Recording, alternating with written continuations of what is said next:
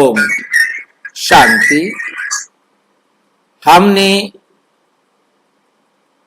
टी.एल. वासवानी जो एक साधु कैसे वो सब कुछ जानते हुए समझते हुए परंतु विपक्ष का साथ दे दिया।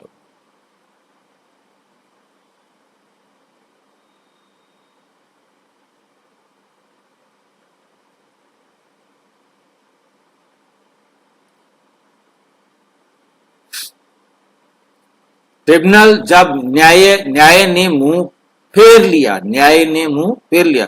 ट्रिब्यूनल आप जानते हैं, जज जो है ना 3, 5, 7 बिठाए जाते। आज मैं आपको इतिहास के उस पल में वापस ले जाता हूं जब सत्य की परीक्षा हुई और राजनीतिक अंधकार के बीच आध्यात्मिक साहस चमक उठा। ये सिर्फ अन्याय की कहानी नहीं है, ये एक आध्यात्मिक गाथा है कि कैसे भगवान के बच्चों ने हिंसा से नहीं बल्कि चुप्पी और अधिक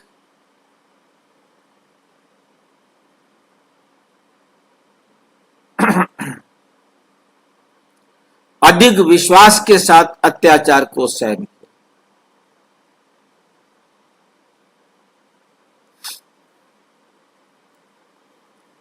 नेक दिल भक्त जो गुमराह हो गया साधु टी.एल. वासवानी एक सच्चे दिल वाले भगवान कृष्ण के सच्चे भक्त। उन्होंने मीरा के साक्षी नाम से एक स्कूल चलाया जो गीता के मूल्यों के लिए आध्यात्मिक था।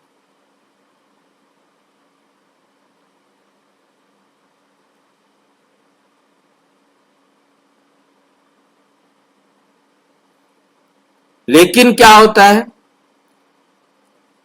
जब एक नेक दिल व्यक्ति को भी झूठ खिलाया जाता है। एंटी पार्टी ने ओम मंडली के खिलाफ उनके दिमाग में जहर भर दिया। उन्होंने कभी ब्रह्मा बाबा के दर्शन नहीं किए, कभी बाबा को नहीं सुना, फिर भी सुनी सुनाई बातों के आधार पर उनका मूल्यांकन किया।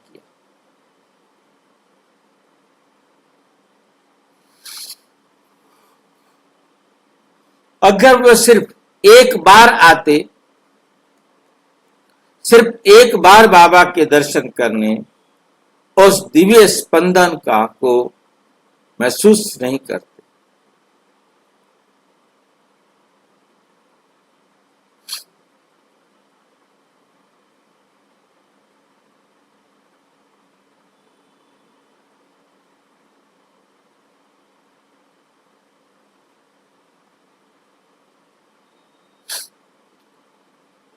उस दिव्य स्पंदन को महसूस करने के लिए तो वे ओम मंडली के सबसे बड़े समर्थकों में से एक बन जाते।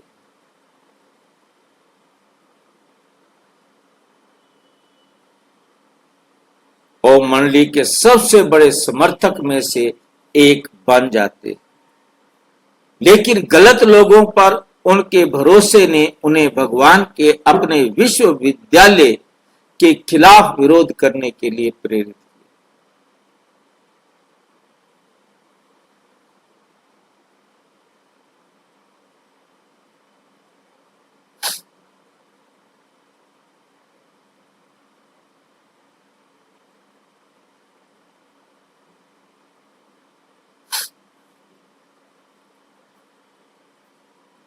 तो उन्होंने क्या किया? उन्होंने भगवान के अपने विश्वविद्यालय के खिलाफ विरोध करने के लिए प्रेरित किया।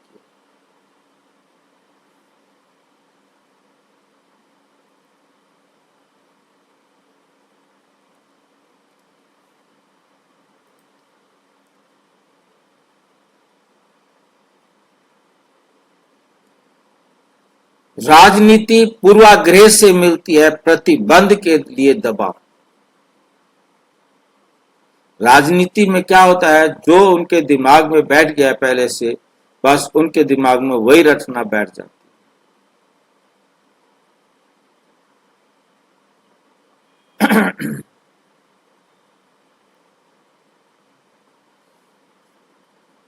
राजनीति पूर्वाग्रह से मिलती है। पूर्वाग्रह मतलब पहले से अनुमान लगाए जाते हैं राजनीति में।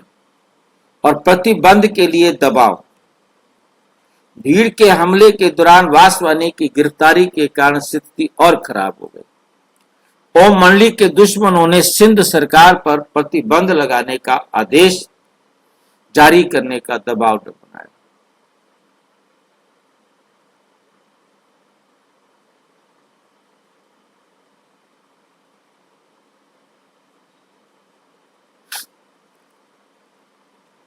हिंदू अधिकारियों ने प्रतिबंध पारित न होने पर इस्तीफा देने की धमकी दी, लेकिन मुख्यमंत्री जो एक साहसी व्यक्ति थे, संसद में खड़े हुए और पूछा कि इस कानून के तहत ओम मंडली को प्रतिबंधित किया जाता है।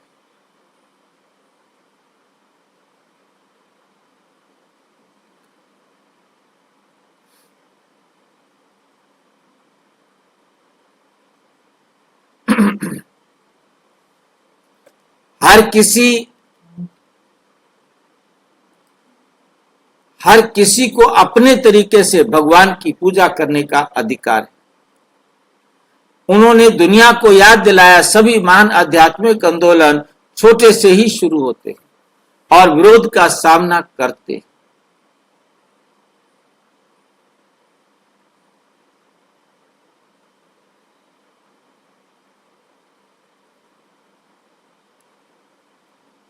विरोध और सामना करते हैं। ये सिर्फ ओम मंडली के बारे में नहीं था, ये समाज की आत्मा की परीक्षा थी। पक्षपात का न्यायाधिकरण। दबाव में आकर सरकार ने समझौता कर लिया, न्यायाधिकरण का गठन किया, लेकिन जब न्यायाधिकरण ट्रिब्यूनल बोलते हैं के सदस्यों के नाम उजागर हुए तो सच्चाई सामने आ गई। एक सदस्य सिंध ऑब्जर्वर का अध्यक्ष था, जो हमेशा विरोधी पार्टी के साथ खड़ा रहा। अन्य लोगों की भी ऐसे ही सफलता हुई।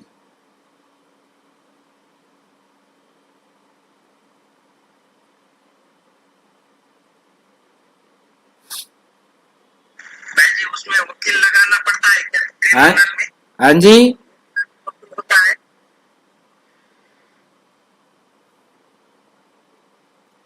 ये न्याय नहीं था, ये एक अच्छी तरह से सजाया हुआ जाल था। निष्पक्षता की दलीलों की अनदेखी।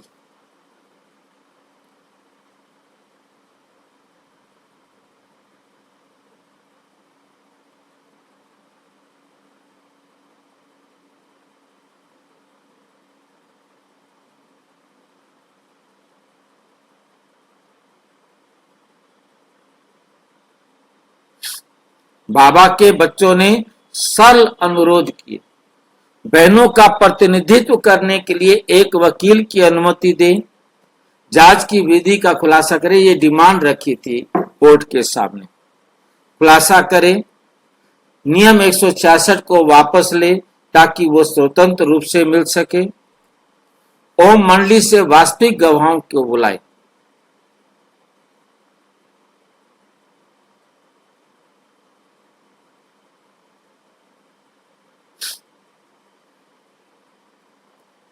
लेकिन सभी को मना कर दिया गया। न्यायालय ओम मंडली के बिना, उनकी आवाज के बिना, उनको हमारी बातें सबूत के रूप में उसे आगे बढ़ते गए। वकील भी नहीं दिया गया। हाँ जी, उनको वकील भी नहीं दिया गया। नहीं, वकील भी नहीं मिला। आगे और देखिएगा ना, फैसला जिसने लोगों को हिला दिया, फैसला एक तरफा सुनाया गया। ओम मंडली के एक भी समर्थक की सुनवाई किए बिना फैसला।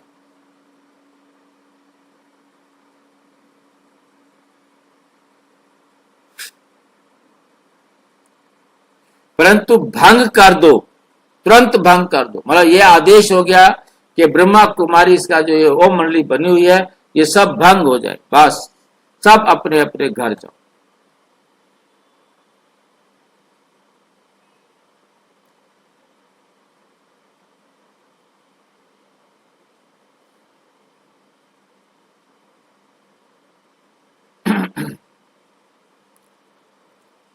लेकिन कैसे?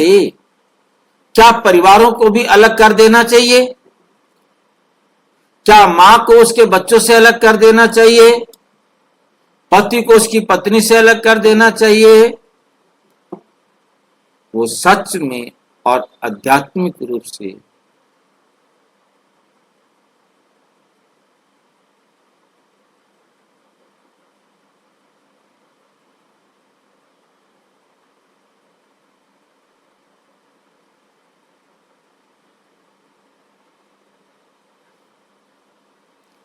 ये सब परिवार तो एक ही था ना।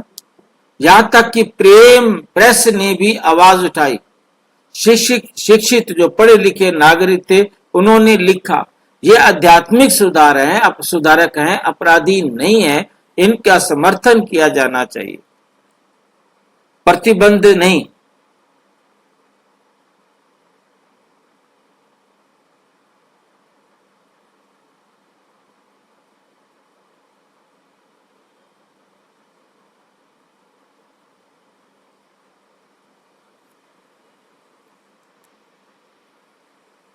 तो इनका समर्थन किया करना चाहिए, तो प्रतिबंध नहीं। न्याय से इनकार लेकिन हार नहीं।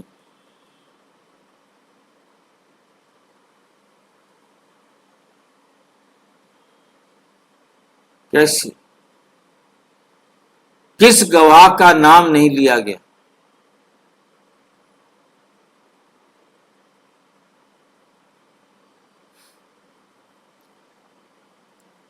कोई सबूत नहीं दिखाया गया, कोई प्रतिलेख साझा नहीं किया गया कि किस दोष के कारण आपको सजा दी जाएगी।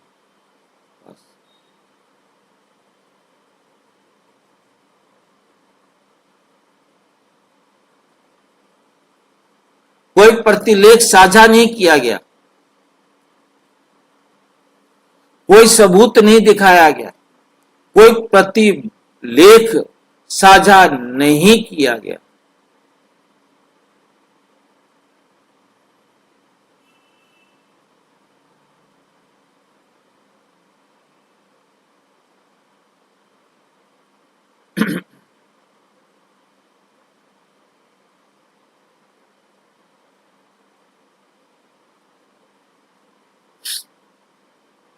कुछ न कुछ तो बताना चाहिए ना, क्या अपराध रखा गया, किस आधार पर उसे सजा दी जा रही है।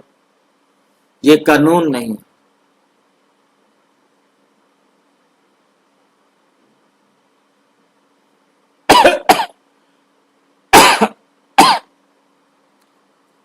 भगवान के बच्चे अडिग रहते हैं, फिर भी इतना सब कुछ होने के बाद भी भगवान के बच्चे डगमगाए नहीं। जब तूफान गुजर गया तो मुख्यमंत्री ने निजी तौर पर बाबा से कहा, अपना सत्संग शांत रखो, 4-5 बंगले साथ साथ ले लो।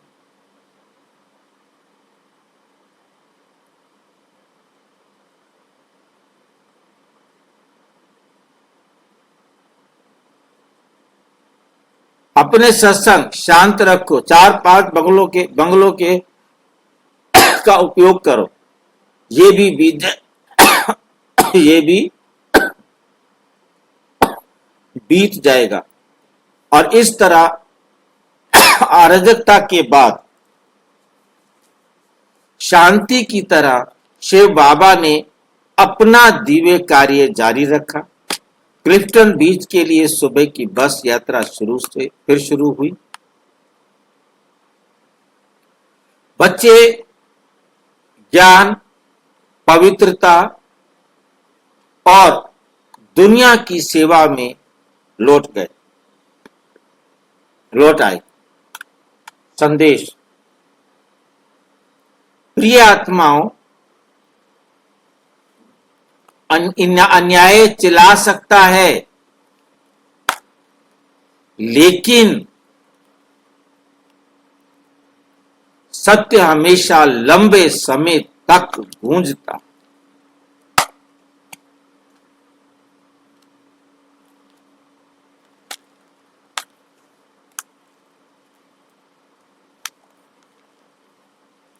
दुनिया ईश्वरीय आवाजों को चुपचाप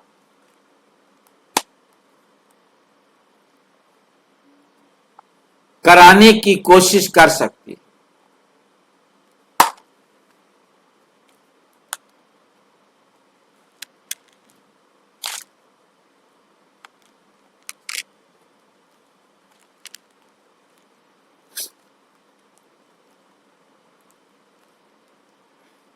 भगवान का काम कभी रुकता नहीं।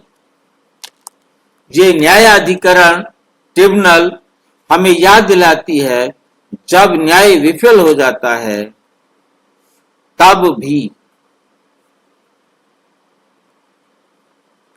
विश्वास कायम रहना चाहिए।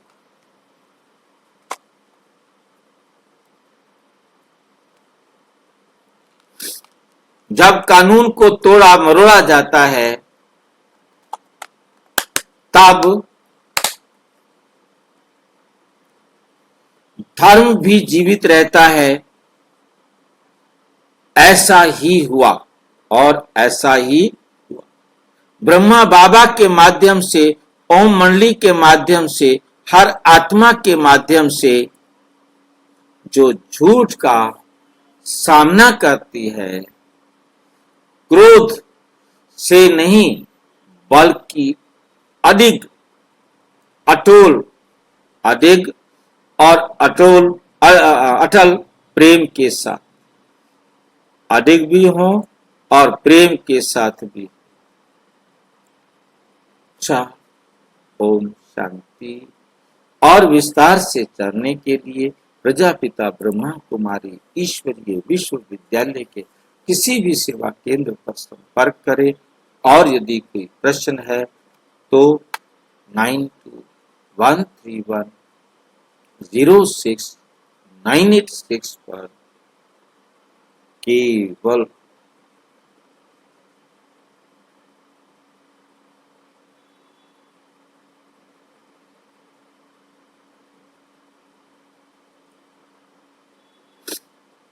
अच्छा। और विस्तार से जानने के लिए प्रजापिता ब्रह्मा कुमारी ईश्वरीय विश्वविद्यालय के किसी भी सेवा केंद्र पर संपर्क करें। और यदि कोई प्रश्न है तो 9213106986 पर केवल टेलीग्राम करें। 9650692270 पर केवल व्हाट्सएप करें। फोन